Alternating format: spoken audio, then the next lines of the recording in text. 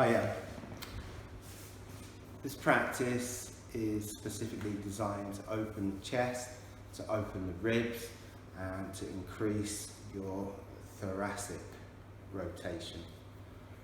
This is especially useful if you have lost some thoracic mobility, maybe lots of hours spent in front, hunched over a computer, poor posture because of that, or some other activity.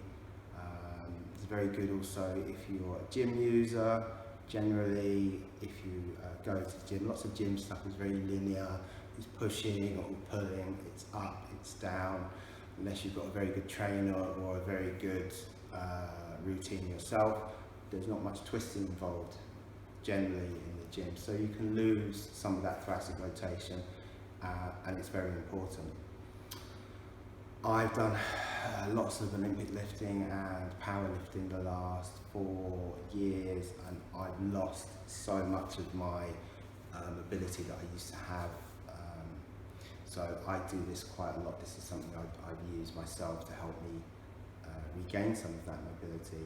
Obviously, when you're mobilizing the ribs, it helps the ribs to move easier. If the ribs move easier, then you can breathe easier. If you can breathe easier, your life is generally easier.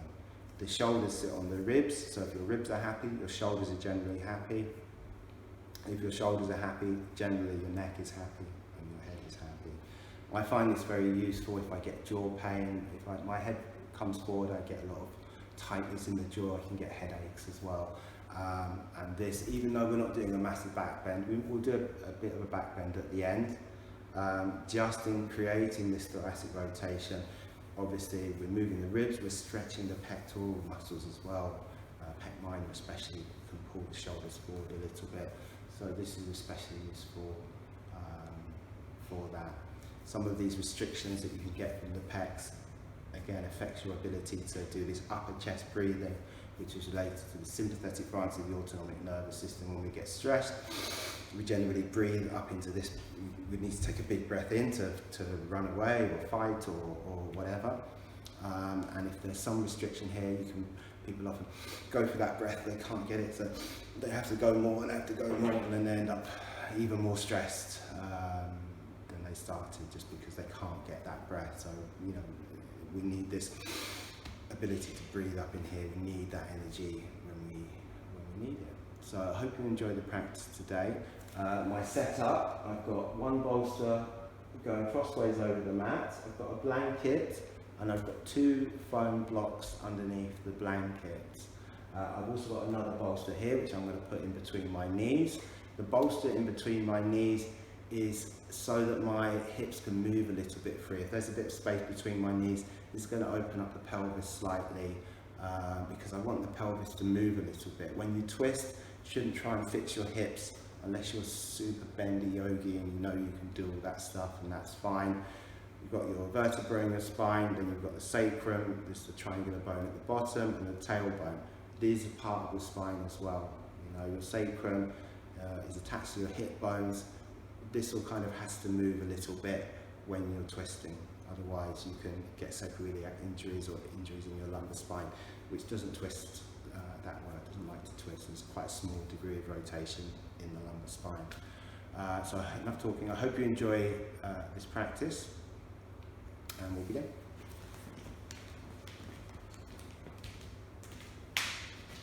So I'm going to begin by lying on my right side.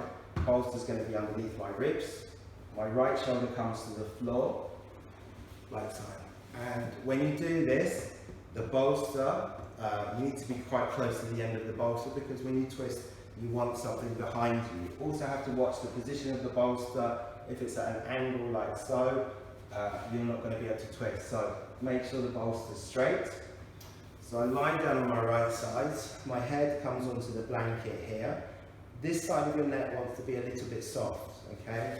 If you're like this, you're going to strain your neck, okay? So the bolster makes it quite strong here. So we're getting a bit of a side bend in the spine. So even though I'm going to be twisting and I'm going to be opening the chest here, I'm still going to be working this part.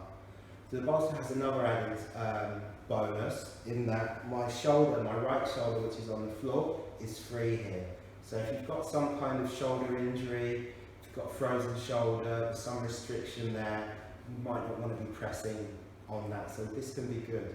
And when you're doing this, work within your limits. So I'm going to take this other bolster in between my knees and in between my ankles, like so. My left hand is on top of my right. I'm going to look at my hand and do clam twist first. We'll do 6 of these. So you're going to inhale up and then exhale, open. Inhale and then exhale. So let your head follow the movement.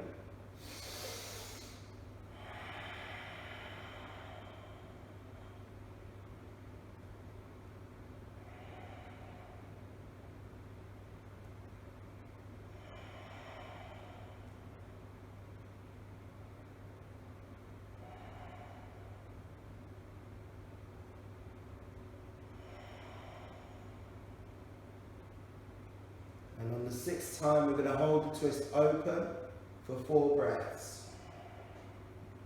Make sure your hand is resting on the floor. So if you need to move your arm so that it's resting, just move it to where it's resting, or you can use a prop. Okay, but don't have the arm dangling in the air. So 6 breaths here.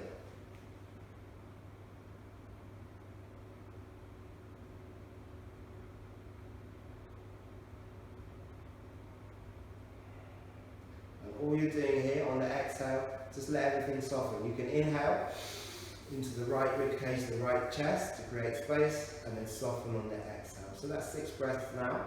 We're going to circle the arm, big circles. Take it all the way over your right hand down, past your knee, past your hip. Let your head follow the movement. That's 1, 2, breathe, 3, 4, 5, and 6, and then reverse. 6, 5, 4, 3, 2, and 1. And then I'm going to hold my twist open. 4 breaths, 4 to 6 breaths.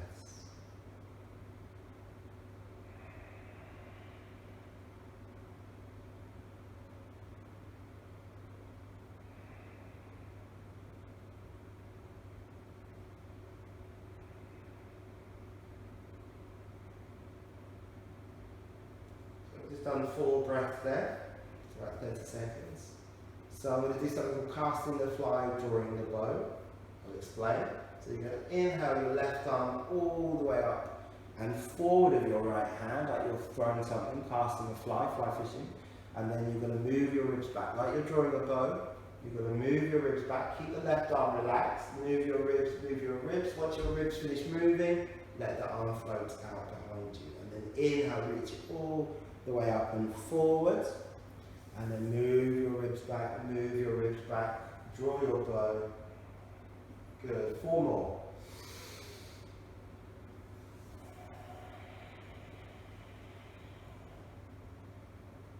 3,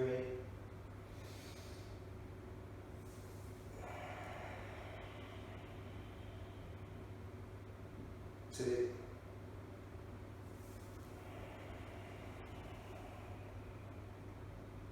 last one.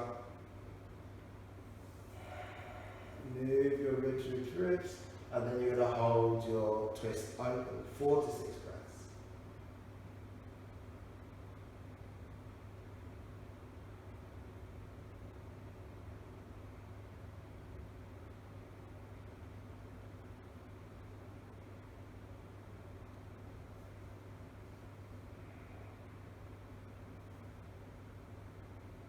Taking the arm to 45 degrees, going to stretch that pec minor.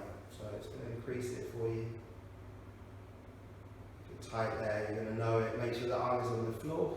4 to 6 breaths. And then we're going to come back onto our right side. And then we're going to slowly, we've been in a twist for a long time, come up.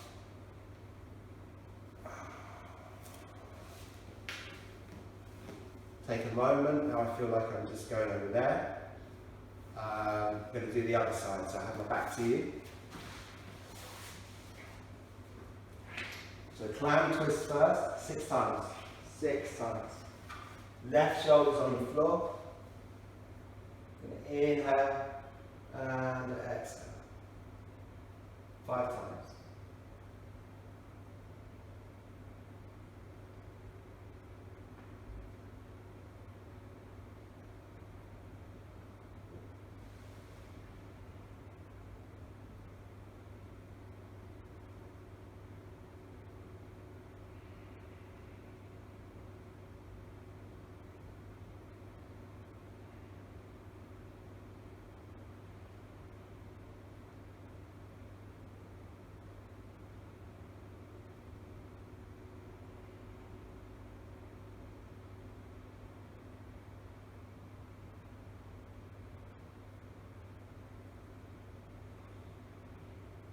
So already it's easier on this side because the right side was on the bolster before, so these ribs have been mobilized a bit more.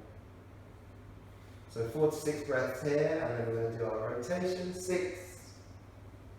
One way, big ones. Bring the right hand over the left, all the fingers touching, big circles. Let your head move.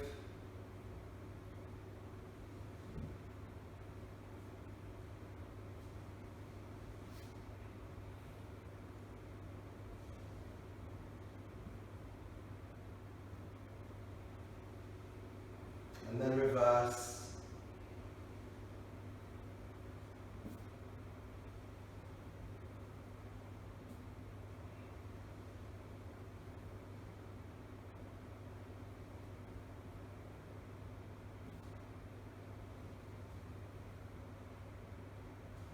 And then hold open, 4 to 6 breaths.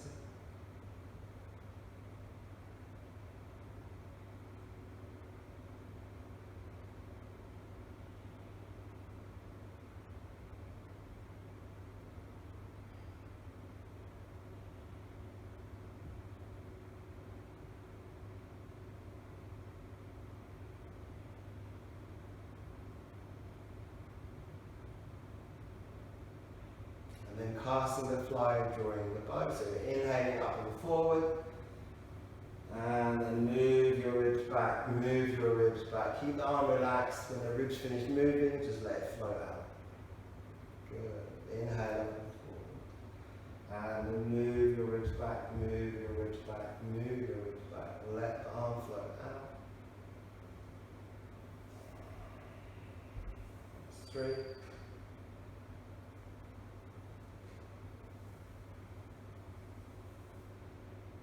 4.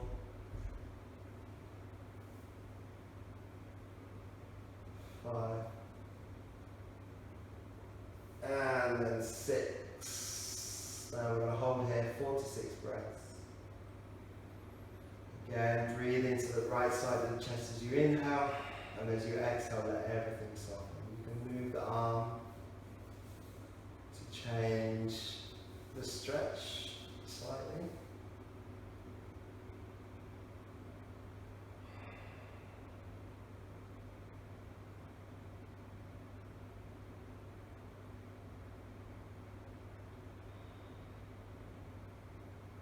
Now from here, what I'm going to do is I'm going to adjust this bolster, so I'm going to move it over here slightly, and then I'm going to slowly bring my knees up one by one, shuffle over to the left a little bit.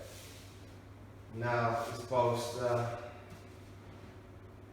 is underneath my knees. You don't have to have the bolster there underneath your knees.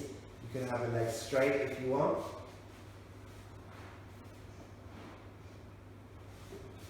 You can have the feet together, knees wide in Baddha Konasana, Supta Baddha Konasana. So we're just going to enjoy a back bend here. If you want to let the head fall back,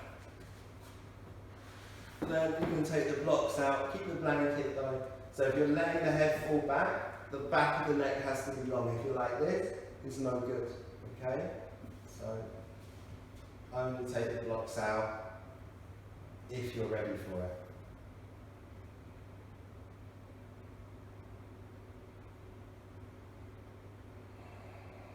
And we'll stay here for 4 to 6 breaths.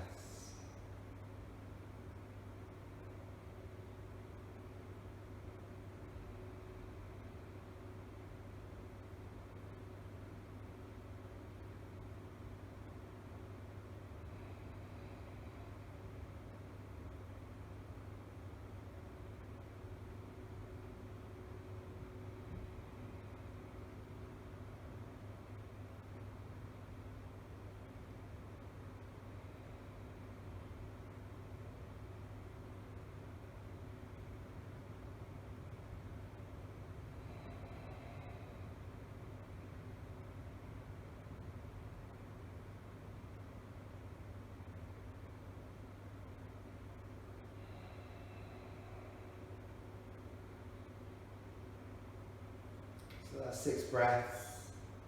I'm going to come up now slowly. If you want to stay in that nice back bend, feel free to. Don't overdo it, there's quite a long time on the bolsters already. And you don't want to hurt yourself. Okay, I hope you enjoyed that practice.